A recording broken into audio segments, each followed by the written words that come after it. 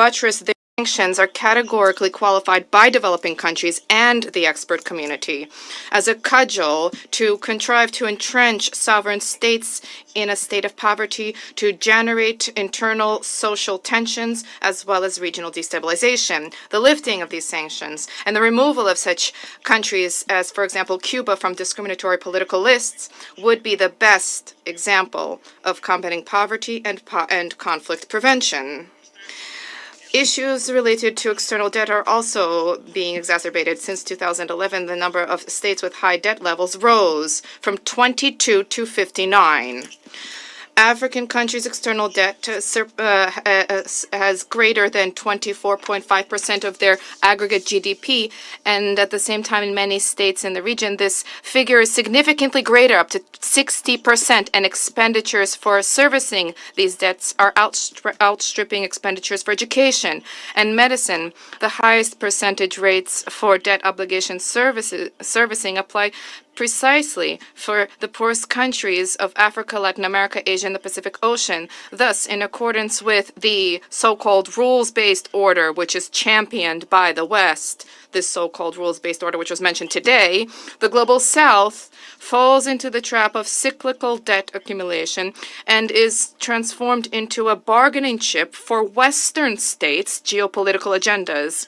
There's an alarming situation experienced by those countries also who are not being targeted by sanctions or are mired in a debt trap. For example, since 2024, we have seen a sustained trend of the reduction of external assistance by major donors. According to OECD assessments, overall official development assistance levels in 2024 fell by 7.1%. According to forecasts this year, 2025, this figure may fall by yet another 9 to 17%. Appeals from the UN Development and Humanitarian Assistance Agencies are only 10 to 20% met, and donors presently have priorities other than helping countries in need. They are reorienting their budgets to militarize their economies and to finance the weapons-related demands of other states. Thereby, they are merely fanning the flames of current conflicts instead of honoring their obligations and preventing those conflicts, including by combating poverty in the least developed countries. Blatant examples of external players dragging developing countries into a quagmire of poverty and instability is seen in specific country and regional situations. For example, the situation in Afghanistan. Afghanistan had for years been dependent on international assistance due to the NATO troops' presence over the span of 2 decades, and subsequently was financially depleted, targeted by unilateral sanctions, and on the brink of humanitarian economic collapse. Sahara countries, in addition to illegitimate unilateral restrictions, are encountering catastrophic underfinancing of the humanitarian appeal. 9%, that is the amount from the overall humanitarian needs, which the people of the region, buffeted by terrorism, as a result of NATO's armed incursion in Libya and has been receiving. The Council's agenda is replete with such examples. To conclude, we once again wish to draw the Council members' attention to the fact that it would be more advisable to consider questions being raised today at universal and specialized United Nations formats and mechanisms. These include the General Assembly, as well as the leading bodies of the United Nations Development System, including the executive funds and programs, in order not to jeopardize the principle of the division of labor between the principal organs of the United Nations. The Security Council could turn to them, however, merely in the context of the maintenance of international peace and security and for specific country situations. The body that holds a unique position at the intersection of peace and development issues, the PBC, also is positioned to contribute to enhancement of coordination of efforts, where the voices of host state governments are given pride of place. At the same time, we believe that in order to implement Agenda 2030, there's a need to revert back to dialogue among states based on sovereign equality of all of the members of the international community and their right to choose their economic models, as well as in accordance with the principle of indivisibility of security. The fight against poverty needs to remain the leading, unchanged priority for our collective action. Success will be determined by whether we are capable to usher in a transition away from past colonialist practices towards a future of mutually respectful relations. Thank you. Thank the representative of the Russian Federation for the statement. I now give the floor to the representative of Panama. Thank you very much, Mr. President. Panama would like to thank Guyana for convening this open debate, which addresses a complex and profound issue, but one which is of great international relevance. We also welcome His Excellency Hugh Hilton Todd, Minister of Foreign Affairs of the Cooperative Republic of Guyana. Also, we would like to acknowledge the valuable contribution of Mr. Antonio Guterres, Secretary General of the United Nations, Madam Kani Wignaraja, Assistant Secretary General and Regional Director for Asia and the Pacific, and the representative of the African Union, Mr. Mohamed Ali Yusuf. Mr. President, we live in a world where, as was reaffirmed by the vast majority of member states in the Pact for the Future, where peace, international security, sustainable development, and human rights are inextricably linked. For Panama, conflict and its most direct manifestations of violence undoubtedly worsen poverty and the challenges to sustainable development. But we also recognize that structural conditions such as inequality, colonial legacy, external interference can provide fertile ground for instability without being direct causes of conflict. In this regard, it's essential that we highlight that more than poverty in itself, it's the institutional weakness which very often makes social tensions become organized violence. States where institutions are challenges, where justice, security, and basic services are inaccessible or unequal, are particularly vulnerable to cycles of violence and conflict. Unfortunately, this reality can be seen clearly in the case of our brotherly nation of Haiti. Today, it's facing a multidimensional crisis that goes beyond the humanitarian issues. More than 85% of its capital is under the control of armed gangs. Murders, sexual violence, and systematic violations of human rights have increased, and 1.3 million people are internally displaced. To this data, we have to add the weak government that's made it possible for fear and exclusion to have become instrumentalized by violent actors in order to forcefully recruit children and young people. It's not just an issue of poverty, it's a collapse of the social contract.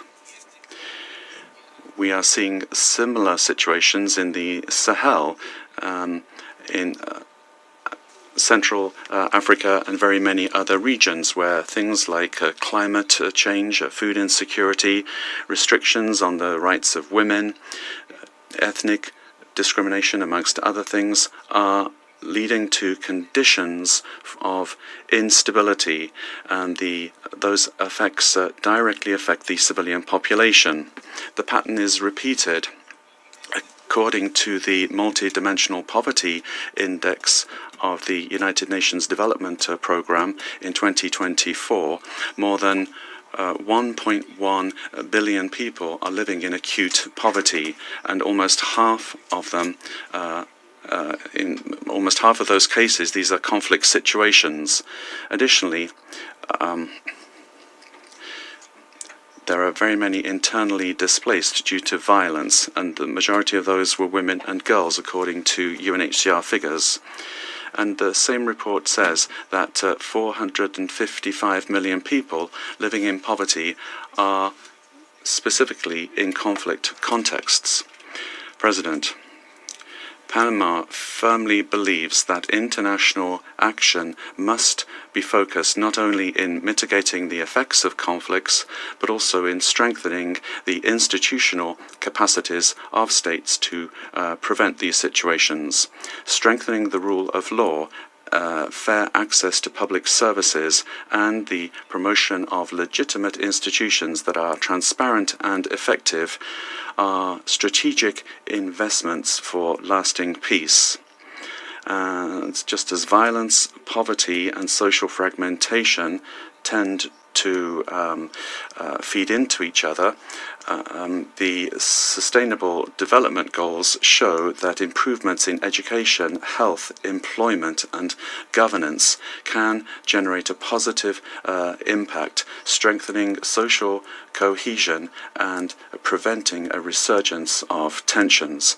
President, in this global challenging environment, Panama stresses the need for this Council to broaden its view and not just look at immediate security situations. We need to recognize that current situations are complex, interdependent, and multidimensional.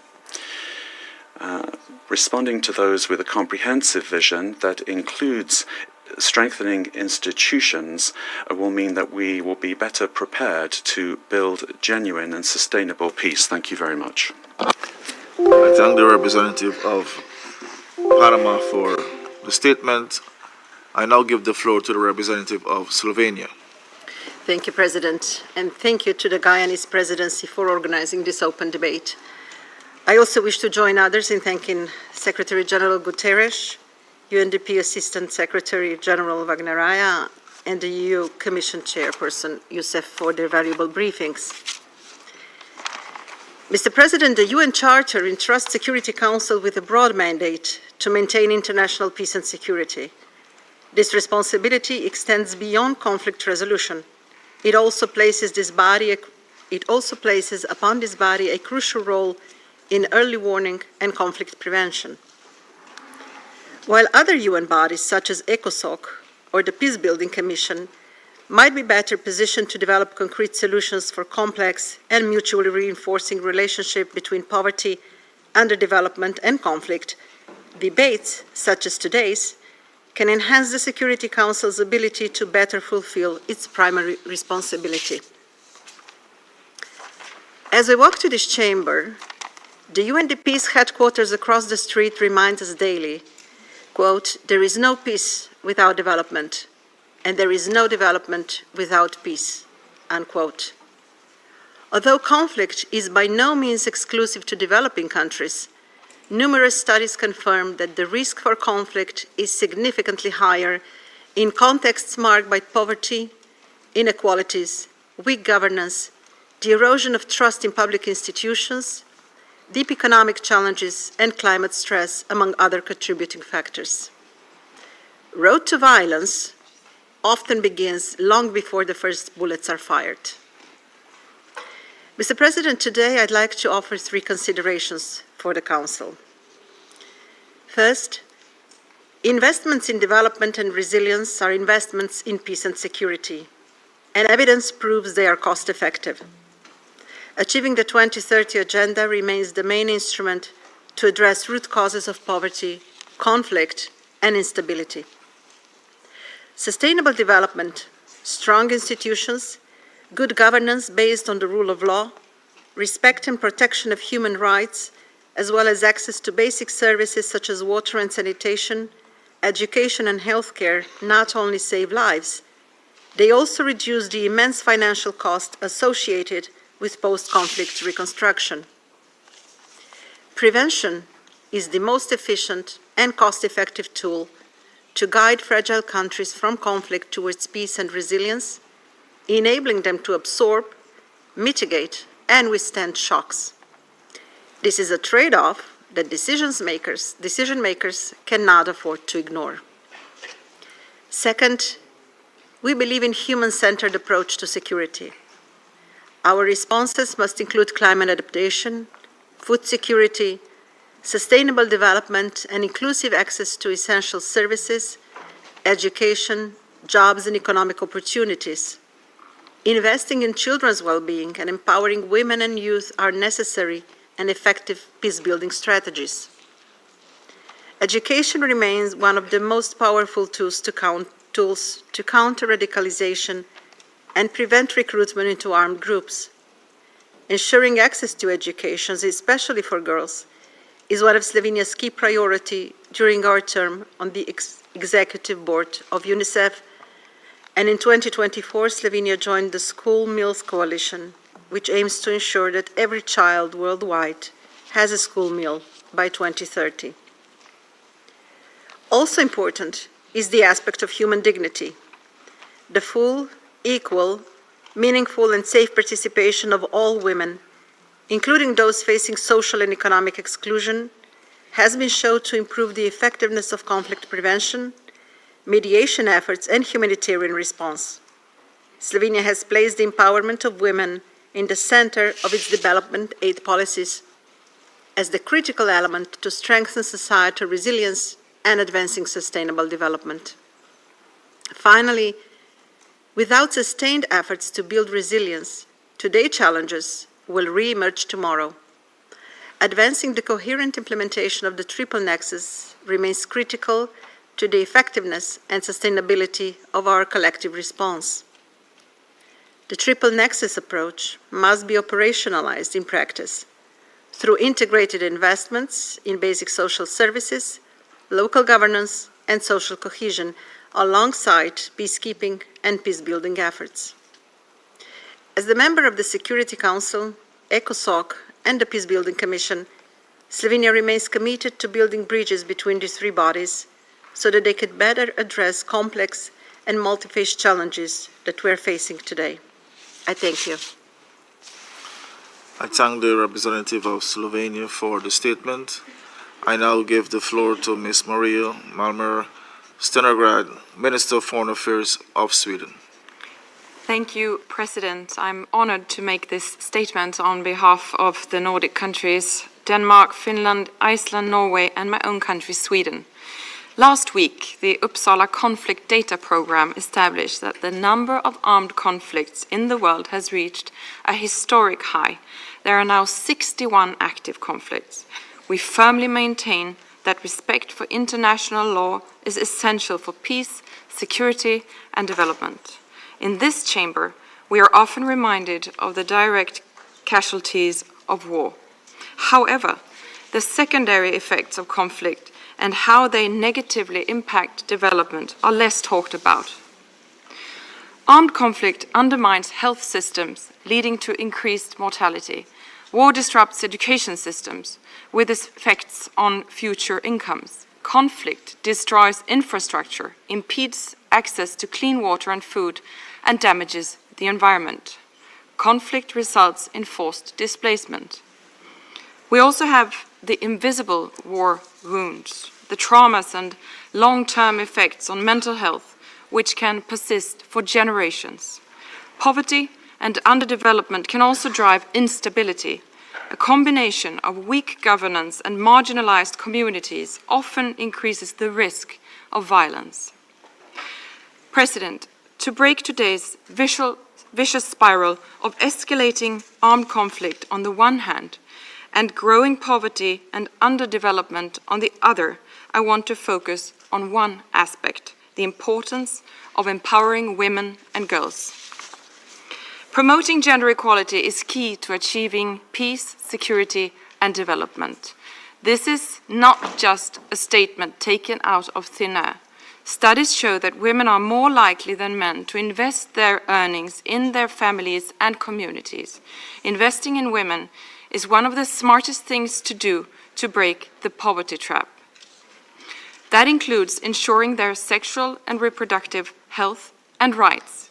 GDP per capita would be almost 20% higher on average across countries if gender employment gaps were closed. We also know that women's political participation leads to more long-term peace and stability. Research shows that peace agreements with women signatories have higher rates of implementation and last longer.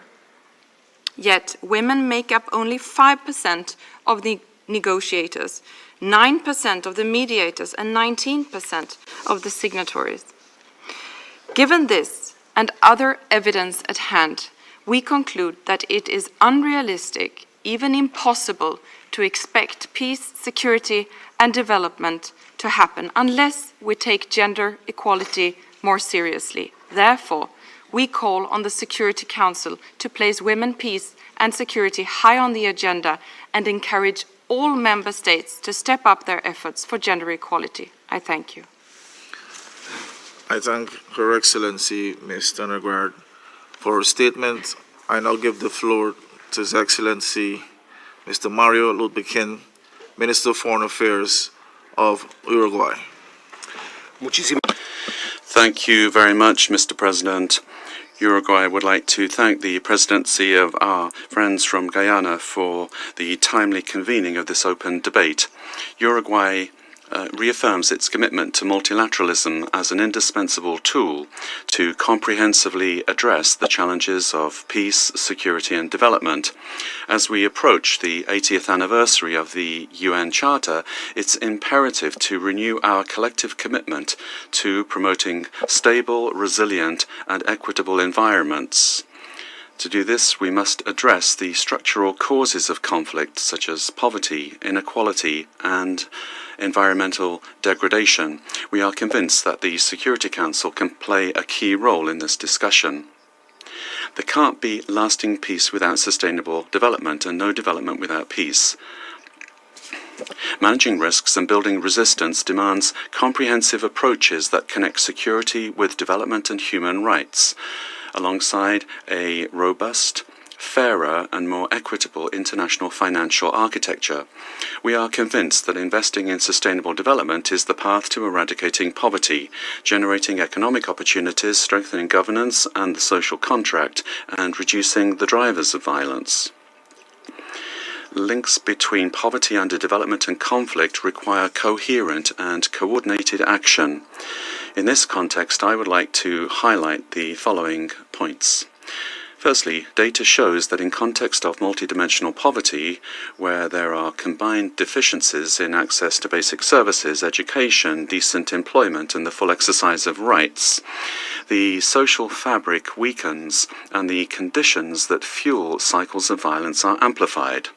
Therefore, it is essential that the Security Council's early warning mechanisms integrate structural variables such as territorial inequality, gender gaps, or youth unemployment and institutional weakness in order to effectively anticipate tensions. Secondly, peace must translate into opportunities for those living with multiple deprivations, especially children, youth, and women in post-conflict settings. Decent work, education, and economic inclusion must be at the heart of prevention strategies, as well as be part of the comprehensive frameworks for peace missions and international cooperation.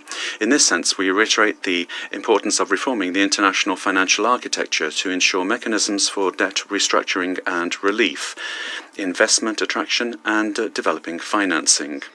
Thirdly, we believe that peace building and sustainable development must be anchored in context-sensitive diagnostics centered on communities, local ownership, understanding of social territorial dynamics, and the participation of youth and women are necessary conditions for the success of multilateral efforts aimed at conflict prevention and the building of resilience, in addition to strengthening the legitimacy of the processes and contributing to restoring the social fabric. And four,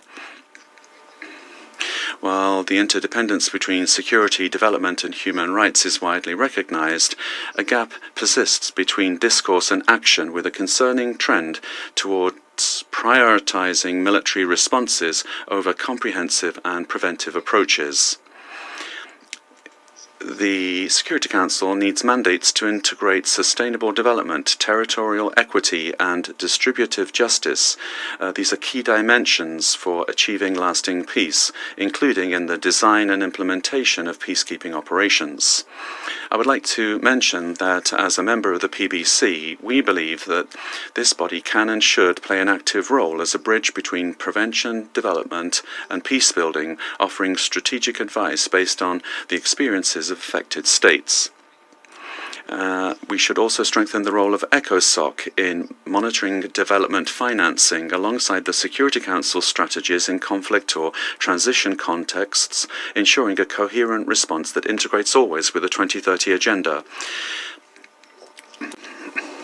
We need to focus on the early stages of a conflict cycle for prevention, address structural causes of conflicts, many of which are socio-economic in nature, and rely on strong investments in quality public services and economic opportunities. These are fundamental elements to providing responses that reinforce cohesion and restore the social contract.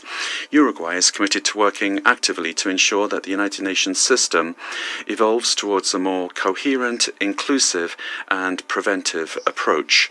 Only through effective multilateralism centered on human rights can we move toward truly sustainable peace. And I think that that's what we should be concentrating on in our work. Thank you. I thank His Excellency Mr. Lubekin for his statement. I now give the floor to His Excellency Mr. Tauhid Hussein, Advisor for the Ministry of Foreign Affairs of the Interim Government of Bangladesh. Thank you. Mr. President, Excellencies, I thank the Presidency of Guyana for organizing this timely and important debate. We live in a world where poverty, underdevelopment, and conflict all are interconnected. If we are to preserve international peace and security, addressing these challenges is not an option, it is an essential. In Bangladesh, we have always viewed young people as agents of positive change, from the historic language movement of 1952 to our liberation struggle, and most recently the student-led Monsoon Revolution. Our youth have consistently led the way in fighting against inequalities and injustice. We are also deeply aware of the consequences when young people are denied access to education and employment. Across regions and contexts, large segments of youth, when left behind, can become vulnerable to manipulation and violent ideologies that exploit identity and faith. Excellencies, this Council is well aware that protracted crises often emerge from systemic marginalization. For over 8 years, Bangladesh has been hosting 1.2 million Rohingya refugees who fled from their own country, Myanmar, due to persecution by the military regime. Our humanitarian act has put us in immense socio-economic and environmental challenges, and the situation is now posing new security risks. We call for renewed international attention and action to ensure their return with safety and rights. This is not only a matter of justice, but also vital for preventing a root cause of a potential instability in our region. Mr. President, the current development and security landscape are shaped by long-standing inequities, many of which are rooted in centuries of political subjugation and economic exploitation. Correcting these imbalances is our shared responsibility. In this context, we must aim for a future shaped by the bold aspiration of 3 zeros pronounced by Professor Yunus: zero poverty, zero unemployment, and net zero carbon emissions. These are not just development goals, they are foundational to lasting peace and stability. Realizing this vision will require an alignment of peace-building efforts with inclusive and forward-looking development strategies. Here, we see strong merit in closer coordination across the 3 pillars of the UN. It is imperative that this Council works closely with ECOSOC and Peace-Building Commission to ensure that peace-building strategies are in conformity with development realities. Instead of only investing in recovery, we must also build resilience. Let us enable people, especially the most vulnerable, and give them the opportunity to thrive. In doing so, we see the transformative potential of social business pioneered by Nobel laureate Professor Muhammad Yunus. By prioritizing people over profits, such enterprises boost inclusive growth and reduce grievances that would otherwise lead to unrest. We believe this approach offers valuable lessons worth replicating globally. Bangladesh remains committed to doing its part and to working alongside all concerned in pursuit of a more just, peaceful, and secure world. I thank you, Mr. President. I thank His Excellency Mr. Hussein for his statement. I now give the floor to His Excellency Mr. Benedito dos Santos Freitas, Minister for Foreign Affairs and Cooperation of Timor-Leste. Thank you, Mr. President. At the outset, we thank Guyana as the President of the UN Security Council for organizing this important high-level open debate. We wish to also thank you, His Excellency Mr. Antonio Guterres, the UN Secretary-General, for his comprehensive remarks, and we extend our gratitude to the Assistant Secretary-General of the UNDP and the Chairperson of the African Union for their comprehensive briefings. Mr. President, esteemed members of the Security Council, Excellencies, distinguished delegates, it is a great honor for Timor-Leste to contribute to this debate on the poverty, underdevelopment, and conflict implications for international peace and security. Mr. President, Excellencies, poverty and underdevelopment are not merely social conditions. They are potent catalysts for instability. In fragile states, they exacerbate tensions both within and between communities. A lack of access to basic services, high unemployment rates, and pervasive marginalization create profound grievances that can readily escalate into violent confrontations, thereby undermining peace agreements and perpetuating cycles of instability. Furthermore, weak institutions often struggle to deliver governance, security, and justice impartially, transforming poverty and underdevelopment into both symptoms and primary drivers of conflict. As member of the G7+, a group of fragile and conflict-affected states, we possess first-hand experience of how deeply socioeconomic vulnerabilities shape peace-building efforts. Our insights we share today are drawn directly from our own journey from fragility to progress. After the restoration of independence in 2002, Timor-Leste faced devastated infrastructure, fragile institutions, and deep socioeconomic exclusion. This dire situation prompted us to fundamentally rethink our trajectory of nationhood in close collaboration with our international partners. Through sustained international partnership, inclusive politics, and targeted poverty reduction initiatives, we have achieved measurable progress. Through significant challenges undeniably remain. Through community-driven development programs and strategic rural infrastructure investments, the national poverty headcount ratio notably fell from 50.4% in 2007 to 41.8% in 2014. However, the triple shocks of the natural disasters, the COVID-19 pandemic, and political deadlock from 2017 to 2023 severely hamper our poverty alleviation efforts. The current government is diligently working to reverse these setbacks. To diversify our economy, the government established the Petroleum Fund in 2002. This fund has enabled significant investments across various sectors, including agriculture, small and medium enterprises, and nascent tourism. The Petroleum Fund's establishment also led to the dramatic expansion of electricity coverage from single-digit percentages at independence to 97% nationwide, and an impressive increase in life expectancy from 57 to 70 years over 2 decades. Critically, all our development and peace-building programs are fully integrated into the government's annual planning cycle and meticulously aligned under the Strategic Development Plan 2011 to 2030. This plan sets clear indicators and objectives with the overarching aim of achieving middle-income status by 2030. Despite these achievements, persistent challenges include low economic growth, rising unemployment, continued poverty, and underdeveloped infrastructure.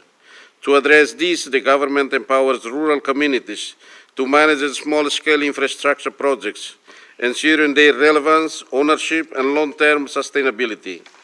Unconditional cash transfers for vulnerable households continue to reduce acute food insecurity, and foster vital social cohesion.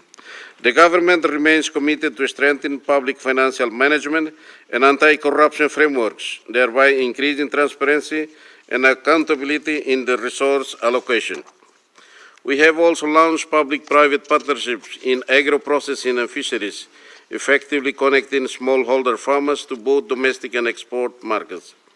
Given the decline in foreign assistance, we urge the international community to consider the following recommendations. Revisit the current financial architecture, provide multi-year programmatic funding modalities specifically tailored to fragile contexts. This will empower governments to plan and implement long-term development strategies under national leadership. The transition from over-reliance on official development assistance to fostering genuine economic resilience must be actively pursued. Integrate rigorous conflict analysis. Ensure that all development and humanitarian operations include thorough conflict analysis to mitigate unintended tensions and amplify peace dividends. Support digital infrastructure. Promote mobile banking and e-governance solutions that can leapfrog traditional development barriers and generate much-needed youth employment. Leverage expertise and investment. Seek expertise and investment from emerging economies and responsible businesses to diversify economics, facilitate knowledge transfer, and create sustainable value chains. Excellencies, peace extends far beyond the mere absence of violence. It demands conditions that uphold human dignity, provide genuine opportunity, and instill hope.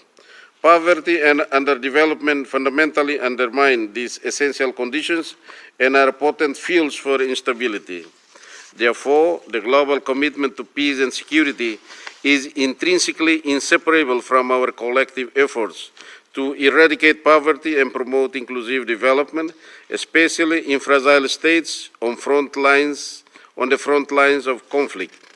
Timor-Leste reaffirms its unwavering dedication to this unified agenda and urges all partners to intensify collaboration and share responsibility in building a more just, peaceful, and prosperous world. I thank you, Mr. President. I thank His Excellency, Mr. Dos Santos Freitas, for his statement. I now give the floor to Her Excellency, Ms. Serap Guler, Minister of State at the Federal Foreign Office of Germany. Thank you, Mr. President. I am honored to take the floor on behalf of the new German government and would like to thank Guyana for today's important debate about the link between poverty, underdevelopment, and conflict. This year, we celebrate the United Nations' 80th anniversary. We must remember the three pillars of the United Nations: peace, development, and human rights are not standalone priorities. We must always keep in mind all the three pillars. And we must work to ensure a coherent approach across the United Nations systems with the aim of a safer, more prosperous world. Mr. President, Germany has long focused on stabilization and peace building across the world.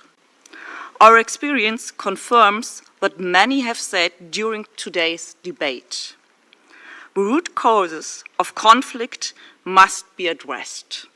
We need to focus on strong institutions, inclusive governance, and dialogue. And most importantly, we must promote economic development. The Peace-Building Commission and the Peace-Building Fund are supporting countries in their nationally led efforts to build sustainable, lasting peace. Another great example of an inclusive approach is the Regional Stabilization Facility in the Lake Chad region, which Germany has supported for many years. Mr. President, as you have pointed out, addressing climate change must be a priority. climate change undermines sustainable development. It makes communities vulnerable.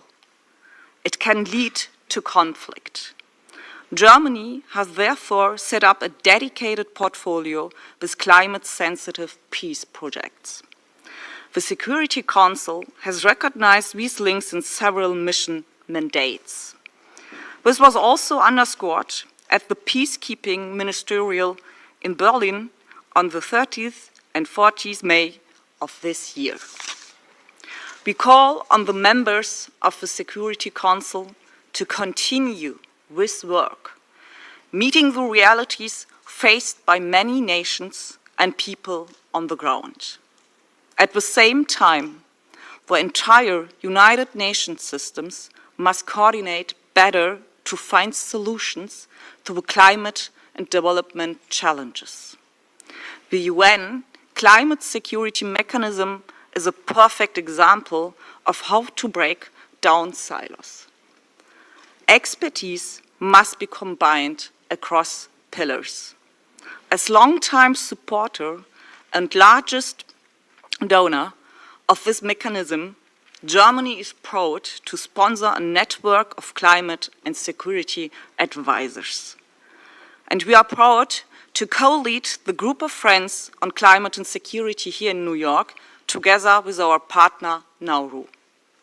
Mr. President, in closing, let me underline that Germany's commitment to global peace and sustainable development remains as strong as ever.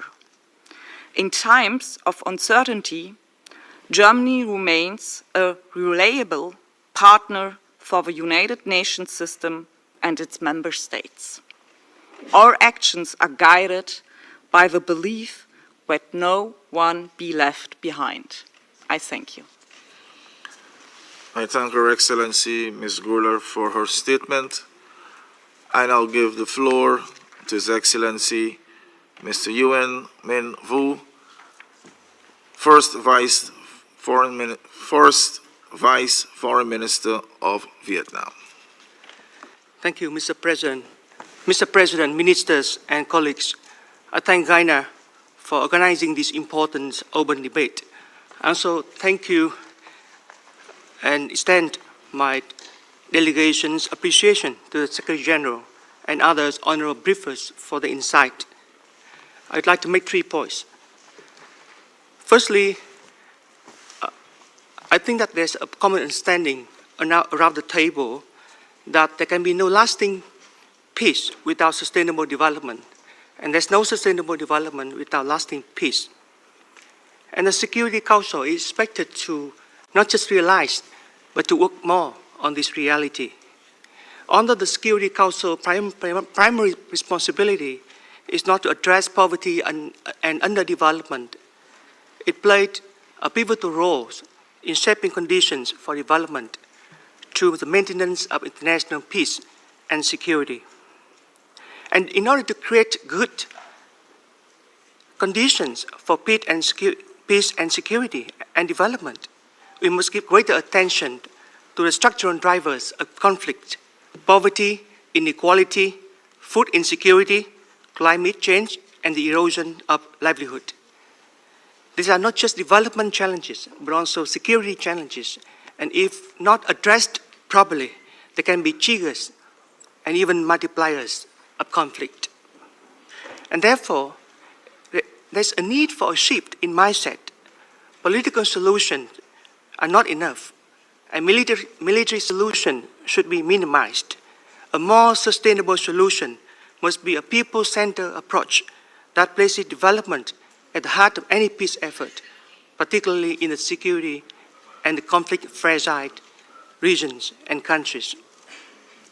And secondly, I speak from Vietnam's own experiences, emerging from decades of war, and with development at the center of our post-war efforts, and with the support and assistance of both bilateral and multilateral development donors, including UN agencies.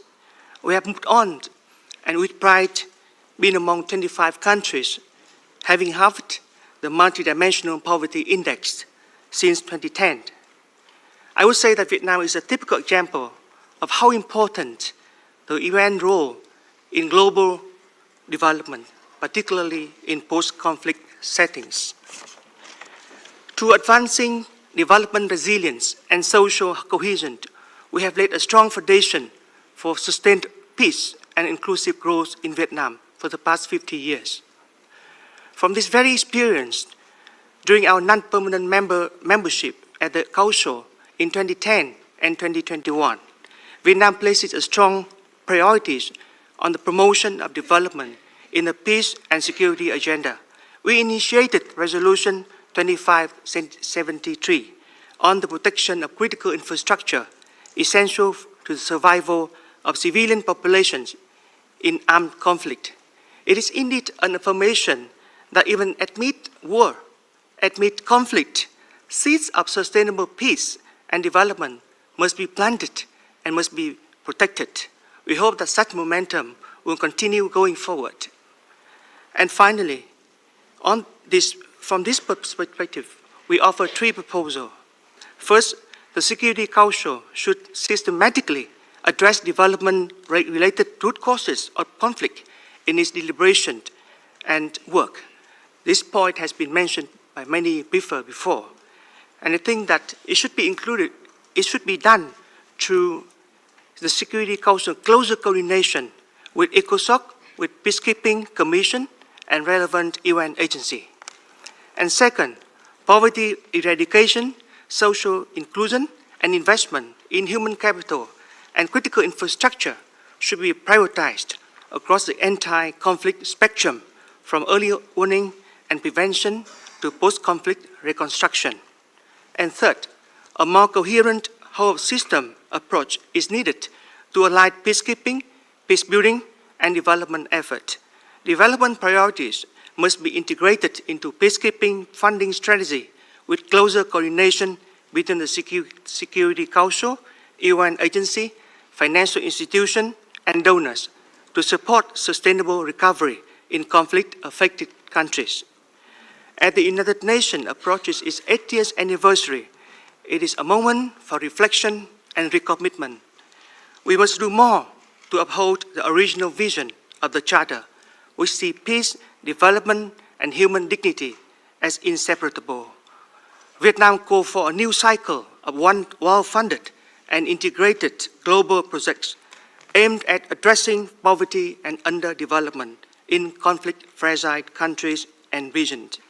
I support Madam Kani, representative from UNDP, having just mentioned that we need more intentional global projects like that. So Vietnam remains committed to working with all partners to promote a more effective, inclusive, and sustainable peace and security agenda and sustainable development. Thank you so much.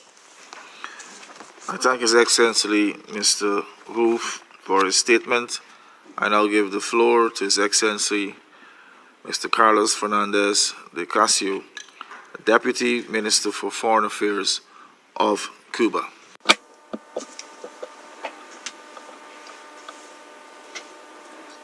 Mr. President, we thank Guyana for promoting this meeting under the leadership of your President. First and foremost, Cuba strongly condemns the Israeli genocide against the Palestinian people and the recent and unjustified attacks against the Islamic Republic of Iran. Both crimes are supported and granted impunity by the government of the United States. Both flagrantly violate the Charter of the United Nations, international law, and they represent a new and dangerous escalation of the conflict in the Middle East. At the Millennium Summit in 2000, the historic leader of the Cuban Revolution, Fidel Castro Ruz, stated, and I quote, "Anyone can understand that the fundamental goal of the United Nations in the challenging century that is beginning is to save the world not only from war, but also from underdevelopment, hunger, disease, poverty, and the destruction of the natural means that are essential for human existence. And it must do so urgently before it is too late." End of quotation. A quarter of a century later, and as we approach the 80th anniversary of the organization, we are a long way away from saving the planet.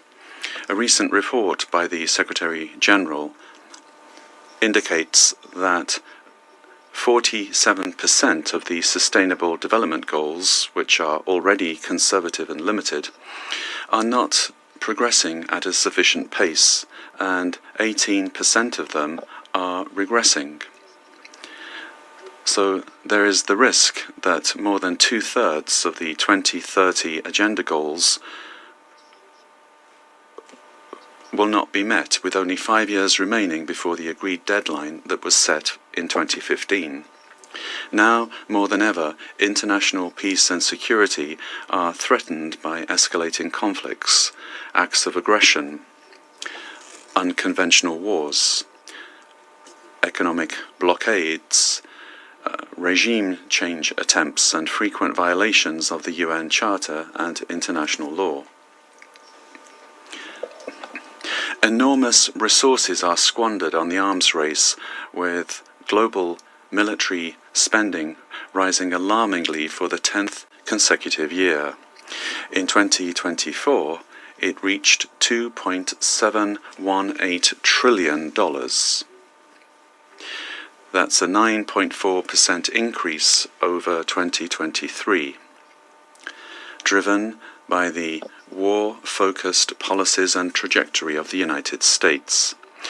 Meanwhile, global poverty has not decreased, and hunger levels have drastically increased throughout the world. Conservative data indicates that in 2024, 670 million people were living in conditions of extreme poverty. More than 295 million people in 53 countries and territories experienced acute hunger, and the number of people facing catastrophic levels of hunger reached a historic high. It is urgent that we implement the Declaration on the Right to Development. The vast resources currently allocated to military spending must be directed towards reducing hunger and poverty in order to help bridge the 4 trillion annual investment gap that is needed to achieve the Sustainable Development Goals in developing countries. Underdevelopment and poverty, resulting from the unequal distribution of wealth, remain among the fundamental causes of the majority of conflicts. Lasting peace requires addressing and eradicating the root causes of conflicts, particularly the economic and social development problems stemming from centuries of colonization, slavery, plunder, and wars for the dividing up of the world. It is urgent to change the irrational and unsustainable model of production and consumption inherent in current capitalism. Developed countries must fulfill their historic responsibility to the Global South and honor their commitments with regard to official development assistance. In this world where the philosophy of plunder prevails, it seems almost impossible to achieve the eradication of poverty and progress toward development. We cannot delay in building a new, just, democratic, and equitable international order, as well as urgently reform the international financial architecture. The General Assembly must lead these efforts, and states must strengthen international solidarity and cooperation in order to eradicate poverty and move toward development. In the face of the dangers threatening humanity today, we will never abandon the aspiration of leaving future generations a world of peace, where the sovereignty of states is respected, where there is no interference in their internal affairs, and where the full exercise of people's right to self-determination is guaranteed, so essential for sustainable development. Thank you very much. I thank His Excellency Mr. Fernandez de Casio for his statement.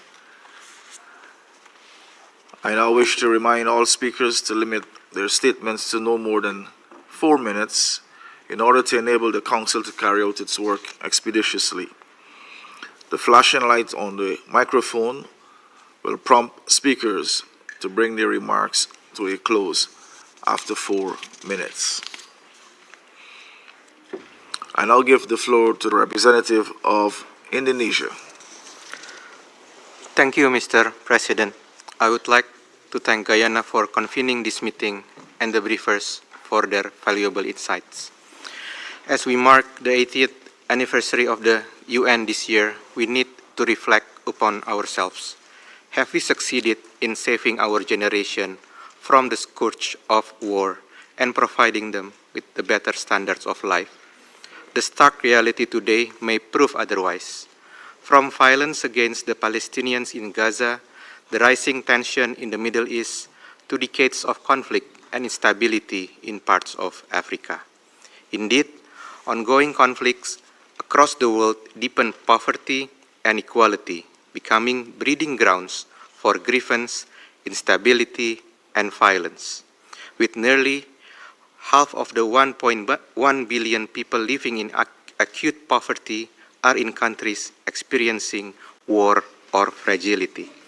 Thus, peace and prosperity must be pursued in tandem. In this precarious time, the Security Council should prove that it can serve as a catalyst for peace, which in turn can bring prosperity to all humankind. On this note, I would like to share several points. First, investing in sustaining peace. In this regard, enhancing synergy between the Security Council and the work of the wider UN system is crucial.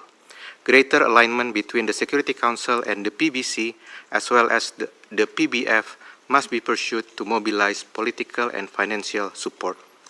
Closer cooperation with development actors must also be forged, ensuring that resources are available to deliver mandates on peace building and sustaining peace effectively. Second, supporting nationally owned peace building strategies. Inclusive participation and tailored responses are key in this effort to strengthen institutional capacities in addressing root causes, improving living conditions, and avoiding relapse. Our peacekeepers have witnessed firsthand the impact of these approaches on peace efforts by supporting community empowerment, including through civil-military coordination, to build resilience of the populations, such as trainings to enhance skills and create economic opportunities, providing medical assistance and supporting infrastructure maintenance. Third, promoting the role of regional organization in conflict prevention and resolution. Tapping the experience of regional organizations by regularly inviting them to the Council's meeting will be instrumental, in particular when crafting responses to complex and protracted conflicts and addressing their root causes. ASEAN, for instance, is a testament to collective effort in shifting potential conflict into development cooperation and promoting preventive diplomacy approaches in the region. Mr. President, Indonesia reaffirms its conviction that there can be no peace without development, and sustainable development remains out of reach without peace. Strengthening the whole of multilateral system is key to comprehensively address the root causes of conflicts, including poverty and underdevelopment. Rest assured of Indonesia's commitment towards this end. Thank you, Mr. President. I thank the representative of Indonesia for the statement. I now give the floor to the representative of Kazakhstan. Mr. President, distinguished members of the Council, at the outset I would like to commend the delegation of Guyana for convening this timely and important debate. We convey our appreciation to Secretary General Antonio Guterres, Assistant Secretary General of UNDP, Kani Vignaraya, and Chairperson of the African Union Commission for their thorough briefings. Kazakhstan firmly believes that there is no sustainable peace without sustainable development, and equally no sustainable development without peace. This nexus is not merely theoretical. It is reality for millions around the world. Many conflicts are directly linked to insufficient development, rooted in extreme poverty, unequal distribution of resources, lack of employment opportunities, and inadequate infrastructure. The setbacks facing the achievement of the Sustainable Development Goals by 2030, alongside the increase in conflicts and the overwhelming demand for humanitarian aid, underscore the urgency for our collective action. The situation in Afghanistan, where years of conflict have deeply intertwined with underdevelopment and humanitarian challenges, serves as a stark reminder of these profound linkages in our region. The Security Council, while fulfilling its mandate, needs to bolster comprehensive and cohesive UN effort to prevent violent conflict.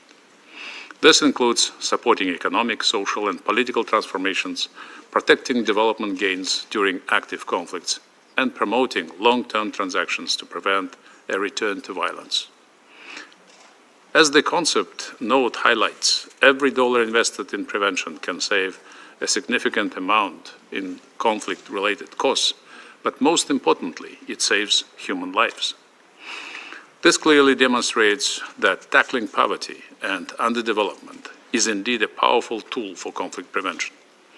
Kazakhstan therefore calls for enhanced cooperation between the Security Council and other relevant UN organs, such as the General Assembly, the Economic and Social Council, and the Peacebuilding Commission. This synergy is crucial to effectively address the deep-rooted factors that drive and sustain protracted violent conflicts. As a practical step, we suggest that ECOSOC members should be included in the Security Council's field missions to subsequently work on socio-economic issues in the respective countries. We must also strengthen our early warning and conflict analysis capabilities to better understand the diverse root causes of conflict and ensure that our decisions and mandates are informed by these crucial insights. Recognizing that the causes of conflict vary across regions, it is vital to support tailored, region-specific approaches. In this context, the establishment of the UN Regional Center for Sustainable Development Goals for Central Asia and Afghanistan in Almaty City stands as a testament to the commitment of Central Asian nations to advancing peace and stability through sustainable development and joint action.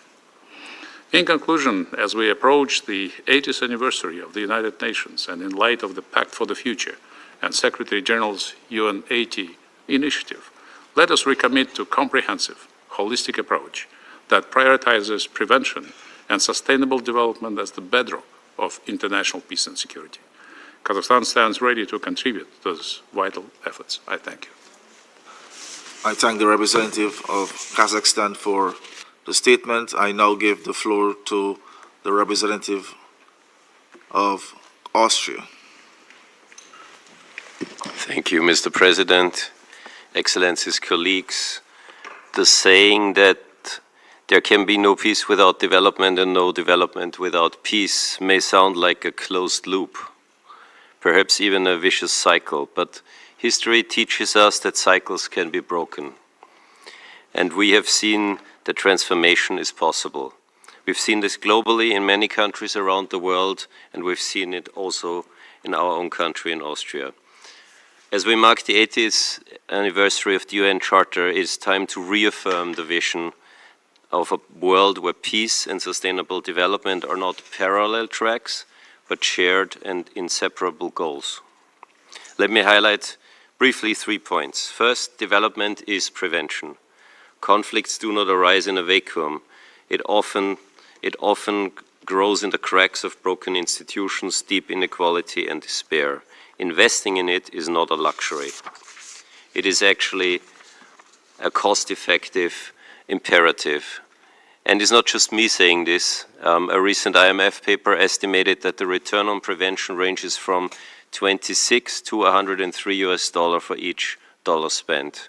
Therefore, Austria, through its development cooperation that last year totaled $1.8 billion, strives to contribute to peace building and conflict prevention in different ways. Second, investing in peace building is key. We therefore remain committed in global peace building, adding to the 29 million US dollars Austria has given to the UN Multi-Partner Trust Fund over the past 5 years. We recently contributed a further $1 million to the Peace Building Fund and hosted a retreat to support the 2025 Peace Building Architecture Review. We see this review not as an exercise in reinvention, but as an opportunity to operationalize what works. We call on all member states to develop national prevention strategies and share them with the Peace Building Commission. Finally, peace building can significantly contribute to development.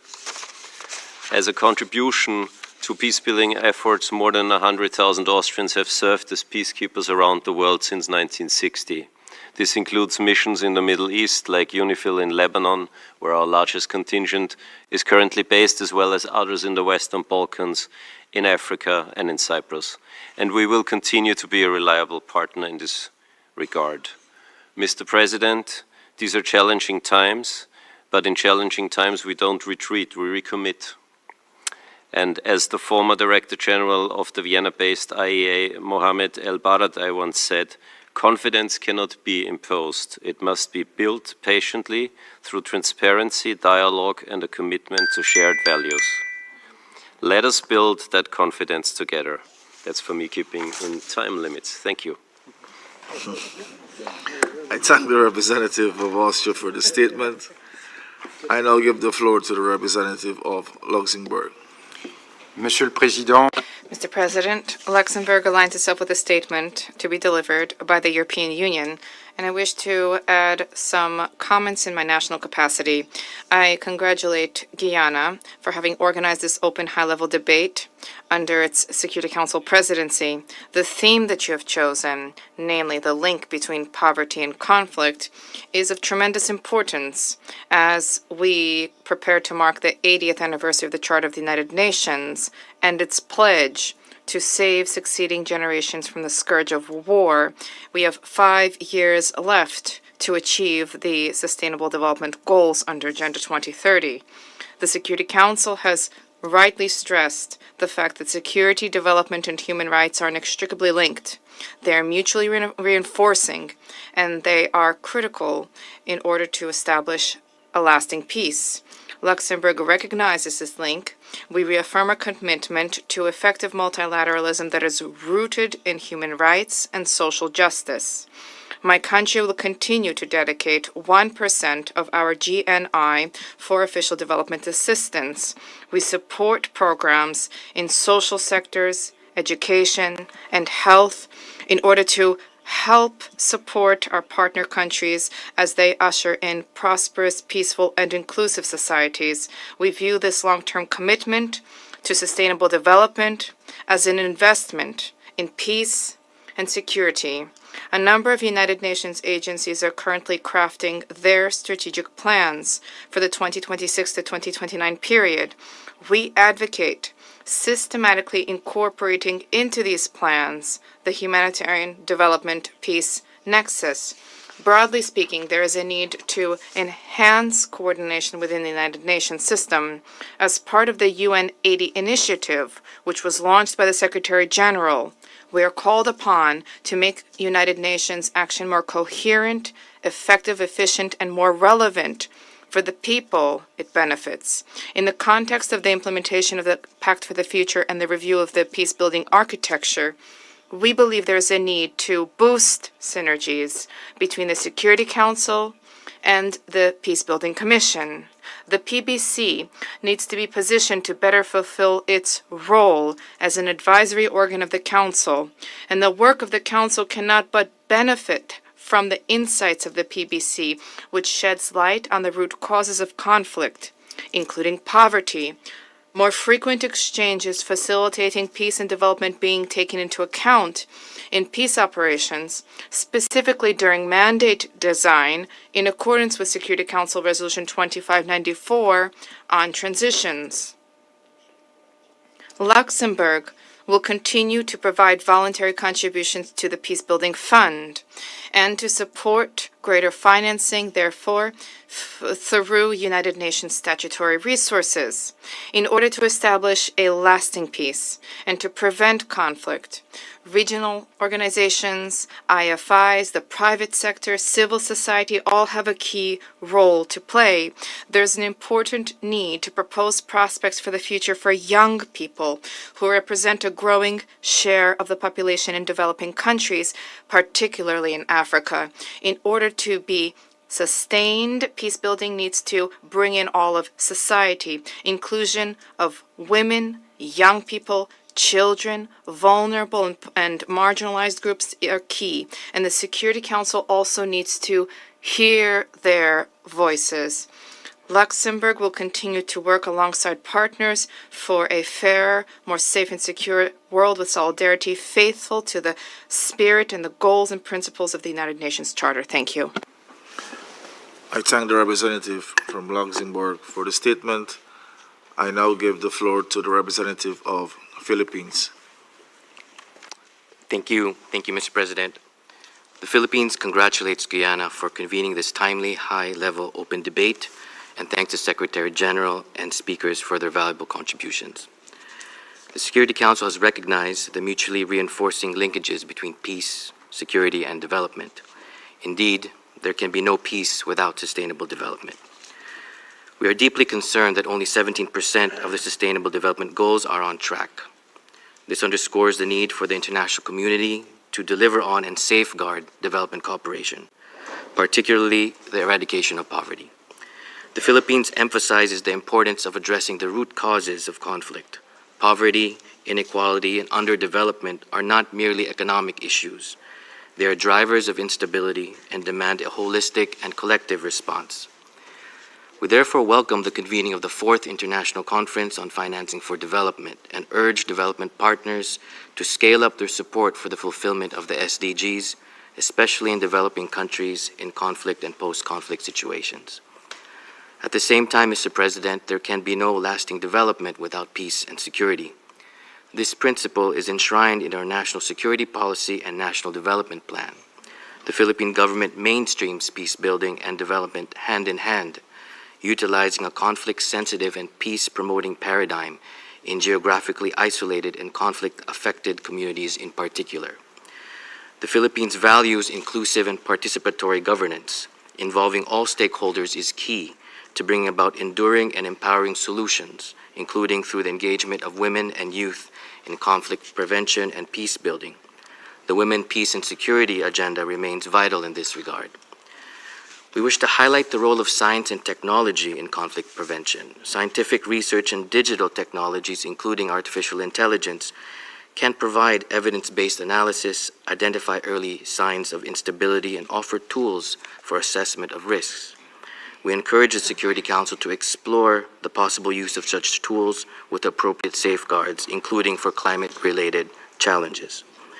The Philippines also encourages closer collaboration between the Security Council and other UN organs and bodies, development actors, and regional organizations like ASEAN, while respecting individual mandates. Coordination with the General Assembly, Peace Building Commission, ECOSOC, and the UN Development System can foster more integrated responses that address both security challenges and development priorities. This would be important for UN missions on the ground, working with regional offices and country teams, delivering complementary support for peace, development, and human rights. This is crucial for the UN as we commemorate its 80th anniversary. In conclusion, Mr. President, the Philippines reaffirms its commitment to the 2030 Agenda and supports the work of the Security Council to maintain inclusive, sustainable, and resilient international peace and security anchored on the UN Charter and the rule of international law. Thank you. I thank the representative of the Philippines for the statement. There are still a number of speakers remaining on my list for this meeting. I intend with your concurrence of the members, with the concurrence of the members of the Council, to suspend the meeting until 3 p.m.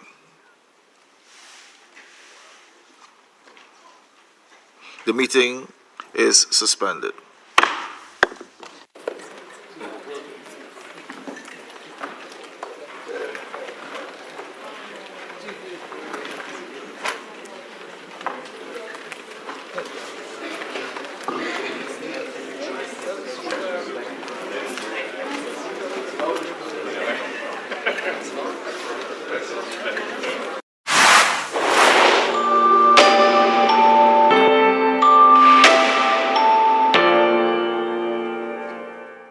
No one is born hating.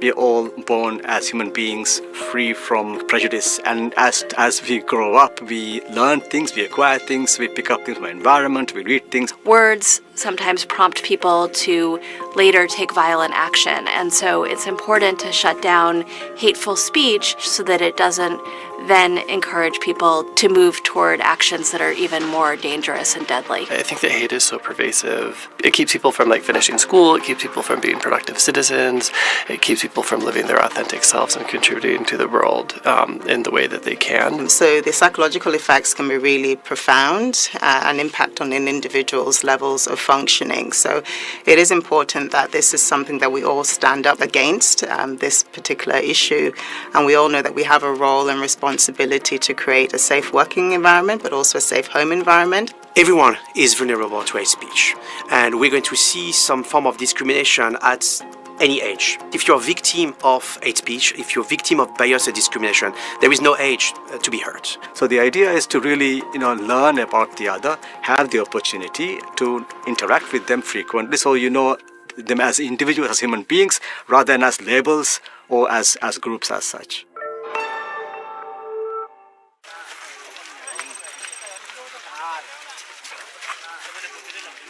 Nepal is very vulnerable to climate change.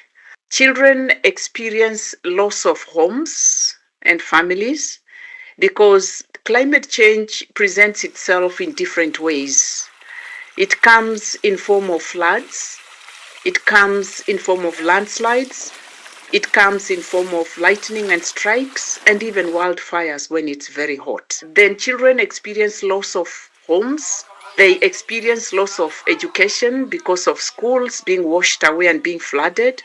They experience loss of loved ones, including parents, including their own property or belongings like memories, school books, their clothing.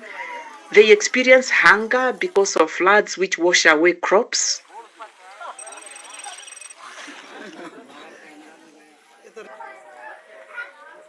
And we do believe that when children are equipped with awareness, but also given the opportunities to champion some of these efforts at school, at communities, and within the surroundings, then they can become powerful climate actors, even in terms of bringing about change, and ensures that children are not disrupted in any way, but they can continue receiving those services and continue learning despite what is happening, and they can adapt and be able to continue with life despite the effects of climate change. I'm in Haiti with a UN helicopter on our way to the capital, Port-au-Prince, because this is the only way to get in from outside right now. We've already been told this helicopter had been shot at before. Haiti's children, particularly here in the capital, Port-au-Prince, they're engulfed by violence and armed groups.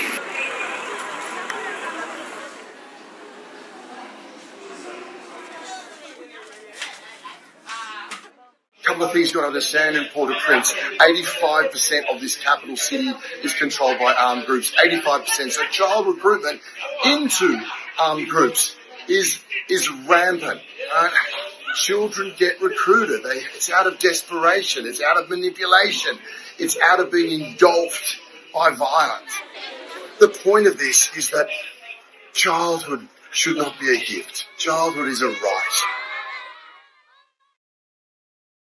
I believe that the role of the UN is quite essential, and that the people who attend it as delegates do want to know each other better and want very much to be understood.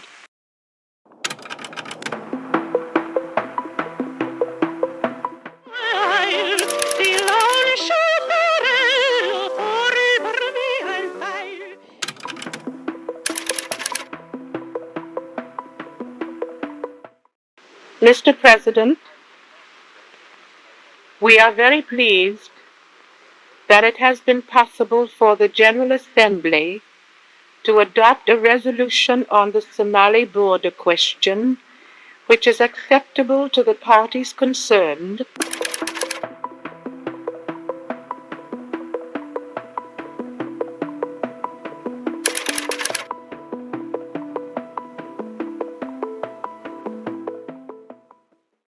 Getting to know people better has been something that has occupied you for some time, even before you became a UN delegate. And I imagine that your prior experience traveling and concertizing has stood you in good stead. Well, there's no doubt about that. We've had the opportunity of meeting people in other parts of the world and knowing for a short time a little bit more about them and their countries and some of their aspirations and so forth and so on. And it has helped in no little way, I must say.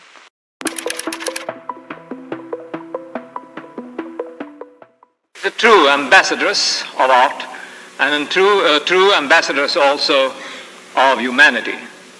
I introduce to you with her accompanist France group, Miss Marian Anderson.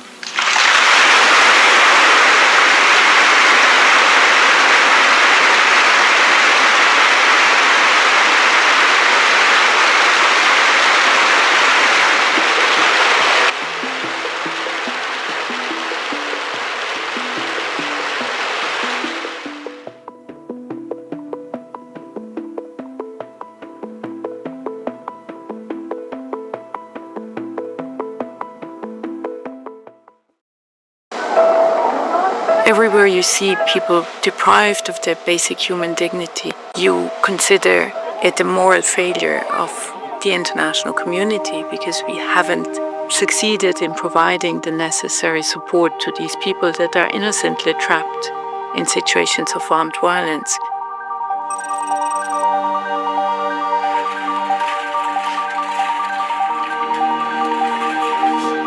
It's our core responsibility to do our best to reach these people, but we also need the agreement and the active support of the warring parties to allow us to access these trapped civilians wherever they are.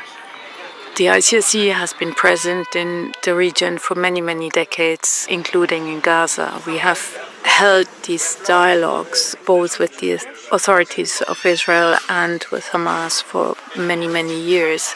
So this is why the ICRC had the ability to support the implementation of the ceasefire agreement, and in particular the release and the bringing back of the hostages and the detainees. We are not armed. We are not specifically protected other than by the trust that we receive from both sides and the security guarantees that we receive on both sides based on many, many years of working as a neutral intermediary and never taking sides in a conflict. We address violations of international humanitarian law regularly and very firmly, and especially when they occur. But we do it directly with the party concerned, and we do it confidentially. We don't disclose this information in public, and this has for many, many decades allowed the ICRC both to uphold the dialogue with over 200 armed groups, but also with all the governments in the world. People are really running out of food, clean water, medical supplies.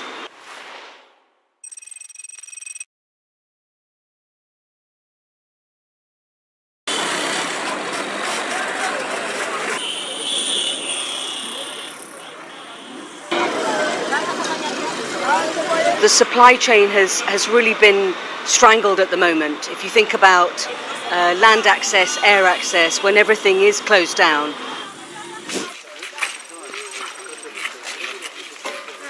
We are in Rugerero, which is the new site where the government of Rwanda has hosted the people that have crossed the border from Goma following the conflict that has really continued recently.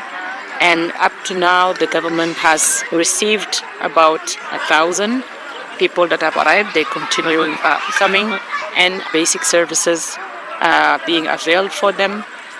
We, as the United Nations community, we are all in a preparation mode. It's the beginning of the movements of people, so we need to be vigilant and continue to do the monitoring and support them as the need arises.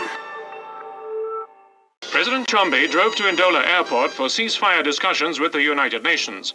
But fate intervened as the aircraft carrying Mr. Dag Hammarskjöld, Secretary General of the United Nations, crashed into the bush 7.5 miles north of Ndola.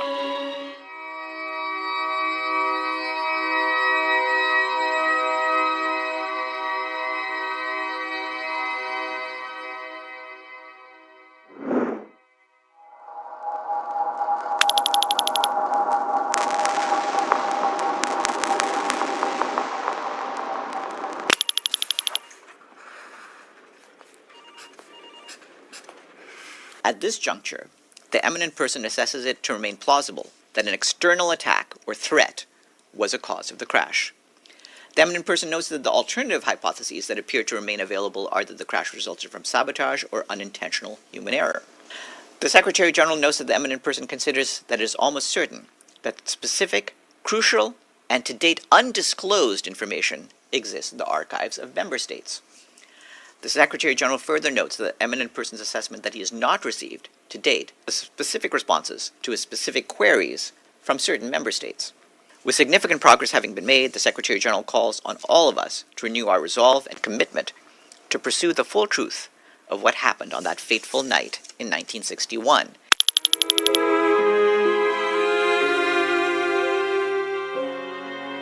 This great organization grew out of the pain and turmoil of the last war. It welded together in what should be a continued cooperation for world peace, all those who had fought against oppression. By all who have sacrificed themselves, by all sacrificing themselves in the fight for freedom and peace.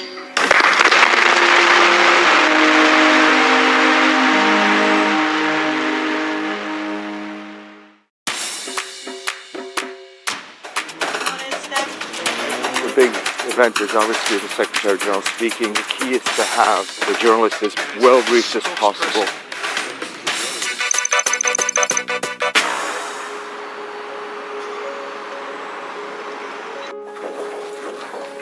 The office of the spokesperson for the Secretary General is really the point of contact between the Secretary General and the global media. This office, which issues press statements, speeches, comments on events, we're the last line before things go out. And all of us in the office, every single staff member, has a huge responsibility.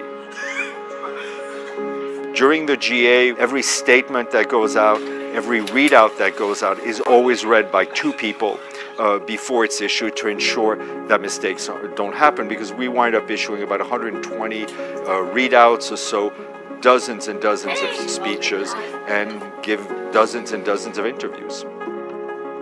The high-level week itself starts on the Tuesday, and there's a lot of interest in the Secretary General, what he's going to say up until Tuesday, until he delivers his speech. But after he delivers his remarks, the journalists shift their focus to all the visiting heads of states, the visiting heads of governments, the tension, the clashes, the agreements that are happening. So in a sense, the focus on the SG, on the UN itself, goes down a little bit, but the focus on the UN as a meeting place, as a convening place, rises, and we go with the flow and try to put out fires where they may occur and just make sure the journalists get what they need.